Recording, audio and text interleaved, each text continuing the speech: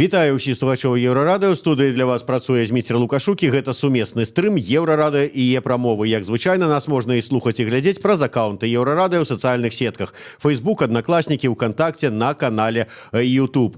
Са сваім патэнцыйным кандыдатам у прэзідэнты вызначыліся і зацятыя байкотчыкі з грамадзянскай кампаніі «Еўрапейская Беларусь». Вылучаць вырашылі рэжысёра, кінадакументаліста Вольгу Мікалайчык. Про тое, на што спадзяецца Еўрапейская Беларусь і якія ў кампаніі мэты удзелу ў выбарах прэзідэнта, мы сёння і пагаворым з маёй госцяй Вольгай Мікалайчык. Добрый дзень, Вольга. Прывітанне. Ты ўжо ўсё пераблытаў, таму што я не ад кампаніі «Еўрапейская Беларусь», я пакінула кампанію «Еўрапейская Беларусь», і зараз я як кандыдат пратэсту ад Мікалая Статкевіча у салідарнасць з ім, бо яго не могуць зарэгістраваць. Вот так вось. Як усё рэзка. Тады давайте з самага пачатку. А чаму вы вырашылі пакінуць Еўрапейскую Беларусь? Справа ў тым, што 2 гады таму БНК вылучыла Міколу як адзінага кандыдата ў прэзідэнты. І мы працавалі над гэтым пытаннем весь гэты час. І таму, калі Мікола як кандыдат па-за межамі застаўся Еўрапейскай Беларусі, то і абвесіў кампанію, што я набіраю 30 салідарных са мной кандыдатаў пратэсту, замест мяне, замест самого Міколы, так, то я не вагалася ні секунды. Я пайшла да Міколы, таму што і ліставалася з ім, пакуль ён у турме сидзеў, я заўжды падтрымлівала яго з Марынай, і мы сябравалі, і інакш не магло быць, я Міколу ведаю вельмі шмат год. Я разумею, да, але ці не атрымліваецца, што это такая здрада сваёй грамадзянскай кампаніі? Вот колькі гадоў вы былі актывісткай кампаніі «Еўрапейская Беларусь»? Ніколькі. Я была актывісткай кампаніі 1,5 гады. Просто до гэтага мы ўвесь час движуху разам рабілі. Я в кампанію уступила, калі мне ўручылі прэмію «Хартія 97» за мужнасць 2 гады таму, полтора гады таму.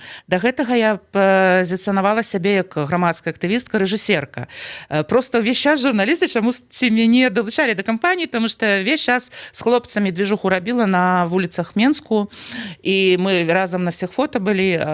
Я вельмі шаную Саннікава і Рухаліпу, Саннікава, кіраўніка кампаніі. І дасюль яны застаюцца маімі паплечнікамі, маімі таварышамі, і Макс Вінярскі, і Лёня Кулакоў, іншыя дзяўчаты, хлопцы. Няма праблемы, няма. Просто гэта мой крок дзеля таго, каб узмацніць пазіцыю чалавека, якога я шаную. Еўрапейская Беларусь зараз не падтрымлівае Міколу як кандыдата агульнага, у іх свае планы. Я вырашыла ісці з Міколай. Вось і ўсё. Добра. Все ж таки вернемся да самой Вольгі Мікалайчык, і як яна мне да гэтага часу больш была вядомая менавіта як рэжысёр, кінадакументаліст і гэтак далей. Выдатныя фільмы. Навошта вам гэтае трэба? Я не кажу, конечно, сядзіце дома, варыце борщ, але здымаць дакументальнае кіно у сённяшні час не менш важна нават з пункту гледжання палітыкі і ўсяго астатняга, чым займацца гэтай палітыкай. Ведаеш, я думала над гэтым пытаннем. Не так шмат жадаючых на маё месца. Я маю на ўвазе як грамадская актывістка выходзіць на вуліцы, зарабляць штрафы, зарабляць праблемы ў жыцці, ісці на турму, на акрэсце, на суткі. Я лічу, што ўсё ж такі зараз моя місія менавіта грамадска-палітычнай дзейнасці, таму што тут я магу прынесці, я адчуваю свае сілы, я магу прынесці некі плён для перамены сітуацыі. Вельмі цяжкая сітуацыя. Я думаю, што мае дакументальныя фільмы і новыя задумкі нікуды не дзенуцца. Я ўжо і як сцэнарыст, я спевы пішу, кнігу «Бо» напісала, прэмію Ліхновіча за яе атрымала год таму. Яна за невыданую кнігу «Бо». Вось, там шмат аповедаў. Мне будзе па якіх сцэнарах рабіць фільмы, калі мы зробім сваю краіну вольнай, і я смагу ў сваёй краіне спакойна займацца кінарэжысурай. Зараз трэба працаваць у накірунку вызвалення. Вольга, ну ўсё ж таки вы даўно ўжо займаецеся такой грамадскай дзейнасцю, грамадскай актыўнасцю. І вот скажыце, ці вы у сваім уласным вопыце не пераканаліся, што гэта мала што можа даць вот на сённяшні момант вот удзелу ў выбарчых кампаніях, маю на ўвазе?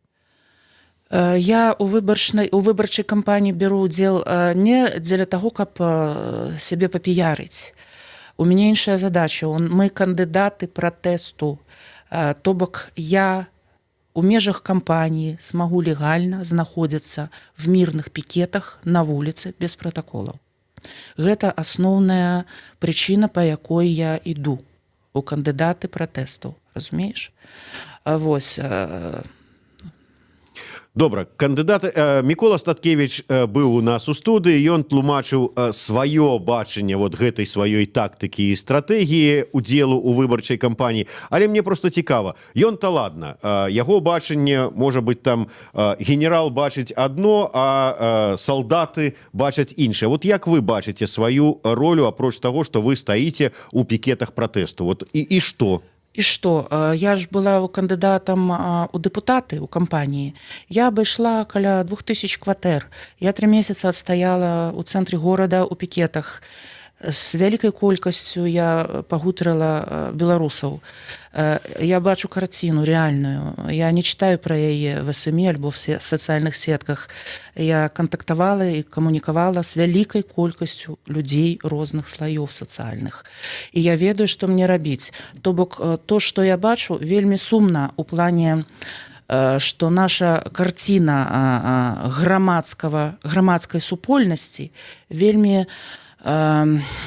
кепская, таму што зараз менавіта тая грамадская супольнасць, якая мусіць кантраляваць уладу, яна знікла.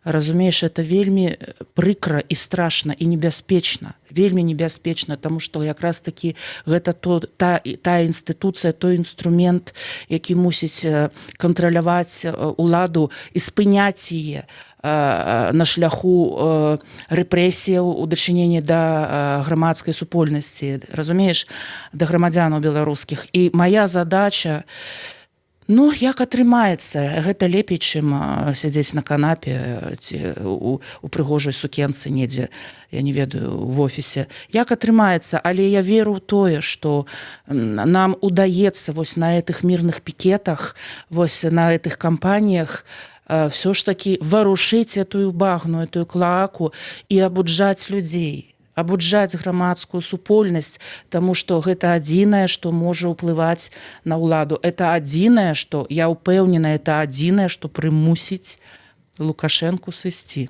Добра, Ольга, давай пачнем з пачатку. Наколькі я ведаю, па-першае, вы не выязная па рашэнню суда. Па-другое, на вас вісіць несплачаных штрафаў, здаецца, на 7000 рублёў. Вам у любы момант па рашэнню суда могуць прыйсці да хаты і апісваць маёмасць. Ці не падставы, вот гэта ўсё мной пералічанае, ужо для таго, каб не адмовіць у рэгістрацыі вашай ініцыятыўнай групы? Я думаю, что это не может явиться подставой, потому что у основном законе прописано, что увогуле нельга зарегістравацца толькі таму, хто, ну, апроч яшчэ некіх чыннікаў, да якіх я не маю дачынення, хто сядзіць у турме. Я пакуль на волі, і у мяне няма пакуль крымінальнай справы па мне.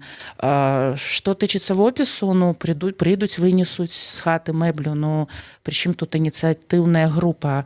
Наадварот, я лечу, тут будет у меня у хате такі перформанс, калі будут яны это выносіць. У меня будут блогеры здымаць, Круткін вершы чытаць, калі будзе на волі, я буду вершы чытаць. Будут блогеры, будут СМИ. И я почитаю протоколы, за якія мне давали по $500 штрафа за информацию про молитвы ля катедры, да, у оборону Курапатаў.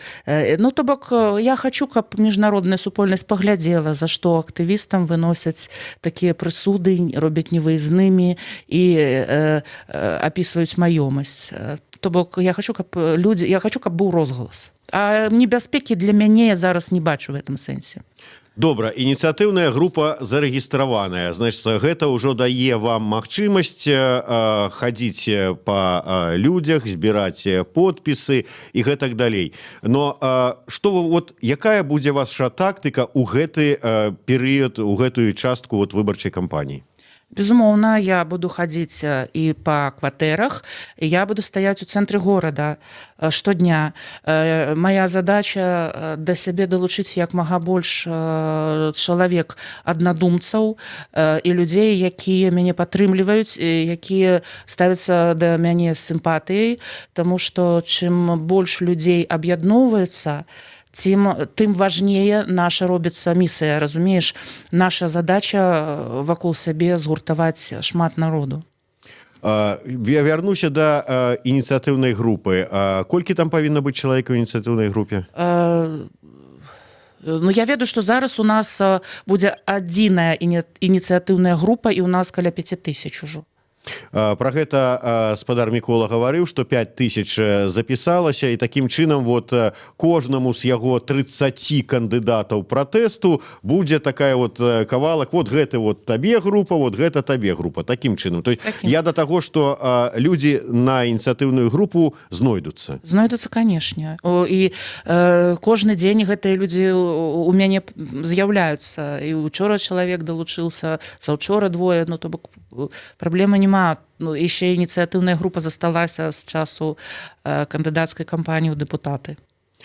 Але тым не менш, прэзідэнцкая кампанія – гэта агульнабеларуская кампанія. Калі браць парламенцкія выбары, па якіх ты брала ўдзел, гэта ўсё ж такі вот Мінск, вот твой выбарчы участак, твой раён там абраны і гэтак далей. Ну вот нейкі такі невялікі кавалачак Беларусі. А тут уся Беларусь. От ці зможа Ольга Нікалайчык нават на этапе збору подпісаў нешта агульнабеларускае зладзіць? Ці гэта ізноўку будзе такая лакальная нейкая вот акцыя? Не. Я абсалютна спакойна все гэтыя гады назапашвала па ўсёй краіне сваімі справамі, як кажуць, сабе імя. Да прыкладу, у Гомелі у мяне вельмі шмат знаёмых, у Бярэсці, у Гародні, у маленькіх гарадах. Моя бабуля са Слуцкай вёскі, адна з другая з Мар'їна-Горкаўскай вёскі. Сваякоў вельмі шмат. Справа не в этом. Безумоўна, будуць акцыі агульнабеларускія, безумоўна, будуць сустрэчы, безумоўна, будуць нейкія мерапрыемствы, звязаныя і з маёй творчасцю, можа быць, нейкія прагляды. Дарэчы, 25 год творчай дзейнасці, мне 51, 25 год творчай дзейнасці, то бок буду рабіць нейкія паказы, то, што я змагу зрабіць і дамовіцца на нейкіх пляцоўках легальна, я абавязкова буду рабіць, я буду сустракацца з людзьмі. Это вельмі важна, я умею з імі размаўляць і пачуць кожнага незалежна ад статуса. Ну, тым не менш, прагучала такая фраза акцыі пратэсту. На акцыі пратэсту выходзяць з нейкім лозунгам, месенджам, як любіць казаць Лябедзька. Вот з якім лозунгам вы будете выходзіць? У мяне два важных на сённяшні момант, две важныя задачы. Першая – это Лукашенко сыходзь, каб выбары без Лукашэнкі. Новыя выбары без Лукашэнкі, таму што выбараў у нас няма. Другое, гэта не другое, это таксама першае. Это незалежнасць. То бок, гэта асноўная наша задача адстаяць сваю незалежнасць і не патрапіць у пастку інтэграцыі да скону. Вось. І мы і так у сітуацыі, калі адбылася ўжо, на мой погляд, культурная каланізацыя, вось не дапусціць юрыдычнай анексіі, не дапусціць таго, каб мы сталі аўтаноміяй расійскай. Вось это галоўная задача. Два пункты вы назвалі, і зараз я як адвакат д'ябла буду вас правакаваць і спрабаваць разбіць гэтыя абодва вашы пункты. Вы сустракаліся падчас парламенцкай кампаніі, тут вот з Мінчукамі, але жыццё унутры кальцавой і за кальцавой яна насамрэч вельмі розная і мне вот как бы сапраўды я зразумеў што праўду сказалі калі вот зараз паехалі з праймерыс это кандыдаты на адзінага і там было сказана там адной жанчыны якая так і не прагаласавала ў глыбокім здаецца ці ў горках не памятаю уже дзе яна сказала яны ўсе казалі пра вот вярнуць выбараў няма. Мы тут люди, нам это как бы мы далёкія. Я не пачула нічога, вот, чтоб яны сказали про наши патрэбы.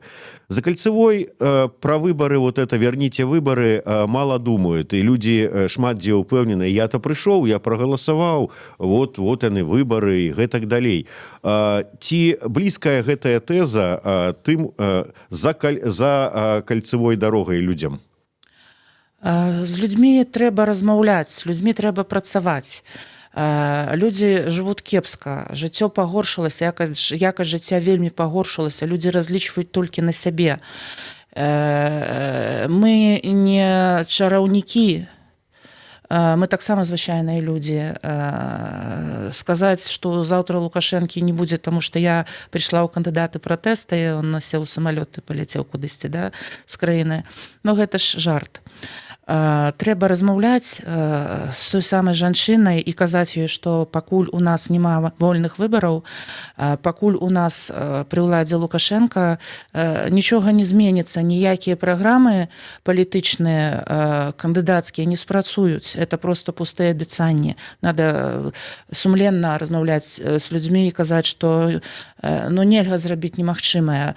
Галоўнае проста, каб людзі разумелі, што адбываецца ў краіне, каб людзі разумелі, куды нам далей ісці і за кім. Вось это асноўная сёння моя задача, это то, што мне па сілах. Разумееш, і я ўпэўнена, што з этой жанчынай я паразмаўляла нармальна. І мы паразумеліся б. Добра, зараз да другой тэзы пра незалежнасць і якая наўпрост увязваецца з прагучаўшымі словамі пра пагаршэнне ўмоваў жыцця. Мы назіраем за тым, як чарговы абвал курса беларускага рубля, чарговы валютны крызіс нас чакае, наколькі глыбока гэта паглядзім, але тым не менш гэта падштурхоўвае пэўную частку людзей да таго, што мы і так там ездзілі ў Расію на заробкі, а зараз тут зноў у нас дрэнна, можа нам лепей тую Расію аб'яднацца, і вот будзе лепей. Я таксама смагу з гэтымі людзьмі паразмаўляць, таму што за апошнія 2 гады я вельмі шмат гляджу, што адбываецца ў Расіі замкат. І гэта альбо блогінг, рэальнае жыццё, альбо гэта невядомая Расія, настоящее время, ресурс такі есть настоящее время. Я бачу, як жывуць рускія. На заробкі то ў Маскву яны ездзяць. Добра, што самі разлічыліся з беларусамі, з некаторымі, бо некаторых кідаюць. І маіх свякоў таксама кідалі. Таму я добра это ведаю. А Северны поток-2, вось у людзей няма у тых месцах, дзе ён праходзіць, газу ў хатах, прыбіральні на вуліцах. Прычым вось горад Балагое між Ленінградам і Масквой. Сярэднявечча, 19 стагоддзя, як жылі за савецкім часам, няма прыбіральні ў хатах, няма газу, са святлом перабоі. Разумееш, Расія у полной социальной катастрофе, у канаве, у клацы. Путин у своих бриллиантовых запонках сидит у прибиральни на улице. Разумеешь, это его на сегодняшний образ, потому что вся Россия живет так. И он не дал, маючи такие ресурсы, не дал своему народу ничего, и он просто обокрал свой народ. Вельми люди русские не различиваются на его, и они живут своим жыццём. Тайга, лес, реки, подножный корм, вось, гужевой транспорт, дарог няма, но няма пра што казаць тут. Просто трэба размаўляць з людзямі і распавядаць пра рэальную сітуацыю ў Расіі, жахлівую абсалютна. Вось. Прэстыжа ў Пуціна няма, гэта яго асноўная праблема. Бабак шмат, а прэстыжа ў клубах міжнародных ніякага. Разумееш, усе бачаць, што ён зрабіў са сваім народам. І нам абсалютна не трэба зайздросціць, як жывуць рускія. У нас свой шлях, мы находимся геаграфічна ў Европе, але мы не ёсць Европа, потому что за 25 год Лукашенко на ўзроўні асветы, культуры, маральных якасцей уласных, ён настолько прибіў гэтыя паняткі. Европа — это ў першую чаргу салідарнасць, Европа — это ў першую чаргу чалавечнасць, Европа — это ў першую чаргу законы працуюць, так? І права міжнароднае працуе, і людзі абаронены, так? Працуюць все інстытуты грамадскія. У нас гэтага няма. І сёння на ўзроўні густу, на ўзроўні маральных прынцыпаў, на жаль, нашыя беларусы, многія проста, яны не ўспрымуць, яны являюцца савецкімі людзьмі, груба кажучы, так? Подданымі савецкай краіны нейкай, якая не ёсць вольнай дзяржавай. Таму да Еўропы нам таксама пакуль што вельмі далёка. Нам зараз трэба ратаваць рэшткі таго, чтоб не апусціцца проста ўжо да стану краіны нейкага трэцяга свету зусім, калі мы будзем жыць просто галодна ў трущобах і сярод бандыцкай мафіі. Каментатары чамусьці пішуць Ганну прэзідэнты, маючы на ўвазе Ганну Канапацкую, нягледзячы на тое, што нашым госцям кандыдат пратэсту Вольга Мікалайчык. Тым не менш, Вольга, я ведаю, што калі пачалі на Ганну Канапацкую, там, скажем так, рознае пісаць у сацыяльных сетках пасля таго, як яна выклала сваё цікавае фото, скажем так, вы выступілі ў яе падтрымку з такого жаночага пункту гледжання, ці якога, я так разумею? З жаночага. Мне вельмі прыкра было за тое, што пісалі, выставіла тут свой бюст, і в такіх абразлівых формах не сароміліся мужчыны, не сароміліся в выразах такіх нізкапробных. Разумееш, воюйте вы с уладой, с диктатурой. Что вы воюете с бюстом? С пригожим бюстом. Неяк так соромно за мужчынскі гэты, скажем так, псевдопатрыятычны контент нейкі. Таму я, бачыш, сёння таксама прыгожа выглядаю, у меня декольте. Я лічу, жанчыны беларускія, і так у іх вельмі цяжкое жыццё. Все ж таки Канапацкая прыйшла з апазіцыйнай партыі, яе там расцілі. І як не кажы, яна все ж таки не ў Лукашэнкі браў, все ж таки тата падтрымліваў матэрыяльна. Гэта не гранты і не Лукашенко даваў. І ўвогуле, навошта абражаць жанчын прыгожых? Можа быць, пазіцыя яе мне не блізкая, але пакуль што мы не ведаем, чым все скончыцца. Можа, гэта будзе пасля афіцыйная адзіная зарэгістраваная кандыдатка, якая пасля скажа, что, на мой бюст плевали, а зараз, ну-ка, пошли, становитесь на площади под яго. Разумеешь? Стать под бюстом. А вдруг она будет нашим, я кажу, вдруг она наперад поведзе. Мы ж не ведаем, что там у яе ў галаве. Беларускія жанчыны загадкавыя вельмі.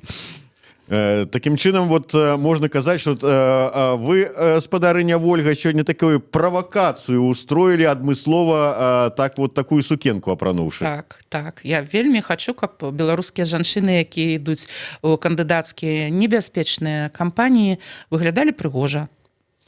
Цалкам падтрымліваю вас, хоць шмат хто кажа, што звяртаць увагу на жаночую прыгажосць, асабліва в эфіры, неяк не знаю, па-сексістскі, што ли, з іх пункту гледжання.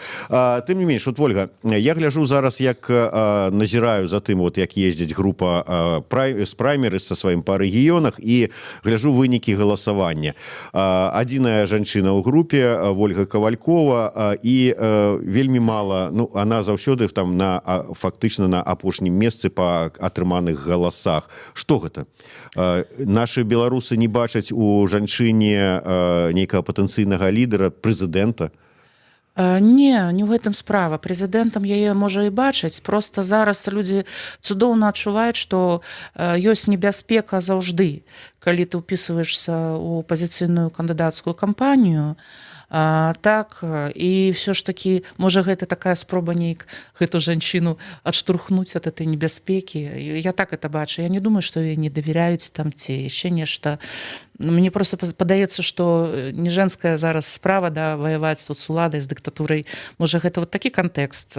Я не хочу думаць, што некі іншы. Просто там еще ў кампаніі, ну, такі Габаревіч, такі прыгожы дзядзька, так, ён вагу мае, ён давер выклікае. Хаця я ўсім сэрцам за Паўла Северинца, так. Ну, думаю, што ўсё ж такі пераможа кандыдат БНФ. Янукевич? Думаю, да. А що это так? Ну, мне вот такое адчуванне. Ну, я гляджу зараз па папярэдніх вот выніках галасавання, там, здаецца, з вялікім адрывам северынец колькасць галасоў атрымлівае. Ну так цудоўна, цудоўна. Я просто за Паўла руками, ногами, головой. Потому что гэта чалавек, які мне блізкі па сваіх вектарах развіцця, па сваёй думцы і па разуменню сітуацыі, па планах. То бок, калі б выйграе Павла, я буду просто плясаць ад шчасця. Скажите мне, вот як жанчына, вот все-таки в дадзеным выпадку мне цікава ваше меркаванне, як вы можете падтрымліваць Павла, які выступае супраць закона аб хатнім гвалце? Тут да Павла шмат пытанняў.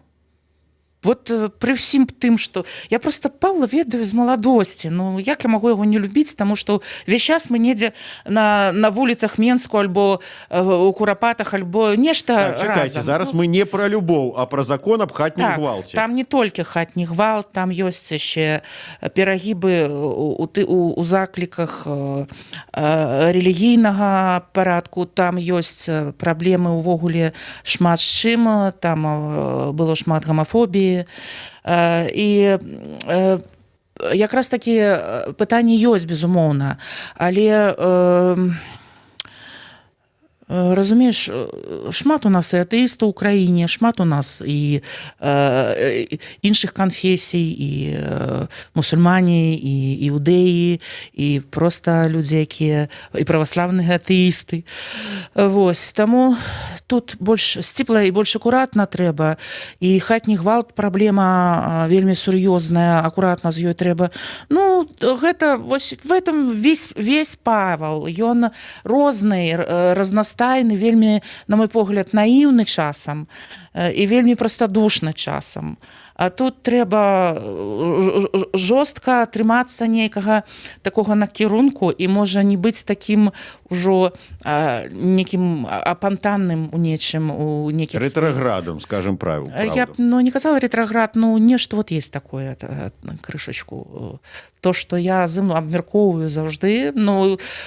Я ж яшчэ кажу, мне складана быць аб'ектыўнай наконт Паўла, таму што я его вельмі люблю як асобу. І он вельмі самаахвярны, пасіянарны, на мой погляд, чалавек. Это выкапень сёння. Вот пасіянарнасць Паўла, это правда, это рэдкая з'ява, пасіянарнасць сёння такого ўзроўню на Беларусі. Добра, вернемся да Ольгі Нікалайчык. Що ж таки, я так зразумеў, што ўся ваша прэзідэнцкая кампанія, нават не прэзідэнцкая кампанія, а, скажем, праграма вашая прэзідэнцкая, яна складаецца з 2 пунктаў. Лукашенко сыходзь і незалежнасць краіны. Выбары без Лукашэнкі. Увогуле, я лічу, што... І ўсё, і вот раптам здараецца цуд, і Ольга Мікалайчык перамагае на выбарах. І што? Мяне не зарэгіструюць. Мяне не зарэгіструюць, я В не... любым выпадку мы чакаем, што у кандыдата, там, ці ў прэтэндэнта, нават ужо на кандыдата на прэзідэнты, павінна быць нейкая праграма, дзе ён раскажа людзям, што ён, як ён бачыць з бачання яго, як змяніць эканоміку, як змяніць Безумоўна, безумоўна. Гэта праграма, яна агучваецца на другім этапе заўжды, калі скончваецца збор подпісаў і адбываецца рэгістрацыя. Вось. У мяне мала надзеі на то, што я зберу подпісы і мяне зарэгіструюць, тому што ўлады мяне реально не любяць і баяцца. Вось. Зараз степ-бай-степ, крок за крокам мы будзем ісці ў тым накірунку працы з грамадствам і набіраць людзей, набіраць грамадскі актыў моцны па краіне. Вот это задача нумар раз. Таму што все вынікае з аднаго, з другога, разумееш? разумееш, ну про якую праграму эканамічную можна казаць, если у нас элегантна зноў будзе все як заўжды. Вось. Ну пока будзем ісці вось гэты месяц, кажуць у чэрвені ў канцы абвесціць, калі мёртвы сезон, калі ўсе раз'едуцца студэнты, все в адпачынак сыдуць, ось будзем хадзіць по пустым горадзе, да, і працаваць, і бо ўсе будуць на лецішчах, і паспрабуем вось пабачыць за месяц, за ліпень, што ў нас атрымаецца. Тады запрасі мяне, калі ласка, если мы будзем все на волі, будзе все цудоўна, мы з табой пагаворым, што я буду рабіць далей, і якая моя праграма. Вот, дарэчы, пра сабраныя подпісы. Ты вот кажаш, што не зарэгіструюць, але нават сам факт таго, што сабраць 100 000 подпісаў. Сказаў Калякін, і я веру яму ў гэтым пункце, што для таго, каб сабраць неабходную вот это 100 000 подпісаў, трэба, каб на аднаго чалавека працавала каманда як мінімум 5 000 чалавек. 5 000 чалавек, якія у вас ёсць на 30 патэнцыйных прэтэндэнтаў у кандыдаты. Ужо ад пачатка зразумела, што вы неабходную колькасць подпісаў не збярэце. І атрымліваецца, ваш удзел у выбарчай кампаніі абмяжуецца вось гэтым пэўным першым этапам по рэгістрацыі ініцыятыўнай групы і потым збор подпісаў. Колькі это займае? Там 2 да месяца? Месяц, вот летні месяц, калі, як вы правильно заўважылі, усе будуць на дачах, у адпачынках і гэтак далей, паходзіце по пустым горадзе, пакрычыце ў пустыя пад'езды, у зачыненыя дзверы выбары без Лукашэнкі, і ўсё. КПД. Ну, ведаеш, КПД, ты хочаш нейкіх цудаў. Будзе КПД, будзе нармальна ўсё. Я ўжо стаяла 3 месяцы, я бачыла. І падыходзяць людзі, уключаюцца, і шматвектарная праца праз сацыяльныя сеціва, праз СМІ, праз тэлевізію і праз блогінг, праз тэлевізію і замежных краін, той самай Deutsche Welle включыць, BBC і украінскія тэлеканалы. Ёсць варыянты, RTVI тое самае, так? Ёсць варыянты нейк все ж таки агучыць і заявіць пра сябе. Гаворка ж, цудаў не трэба чакаць. Гаворка пра тое, што па сілах, бо інакш увогуле будзем проста сядзець на канапе і грызць сабе губы, так? Я думаю, што мы знойдзем варыянт. Мы знойдзем сярод 30 некага, хто будзе больш моцны, прывабны, харызматычны і ўдалы, так? Мы можа быць, знойдзем сярод тых, хто з нашых таварышей з апазіцыі збярэ гэтыя подпісы і зарэгіструецца. Так, таксама варыянт далей працаваць. Я фантазую, так? В іх ініцыятыўных надалей групах, так? Вось, каб была проста магчымасць далей весці агітацыю і распавядаць пра сітуацыю ў краіне і ў свеце. Не трэба скідваць геапалітычны момант вельмі моцны. Ён дацісне таксама і Пуціна, і Лукашэнку. Галоўна, трэба вось быць у тэме і на паверхні, у той момант, калі эта геапалітыка спрацуе. Это таксама чыннік вельмі важны на сёння.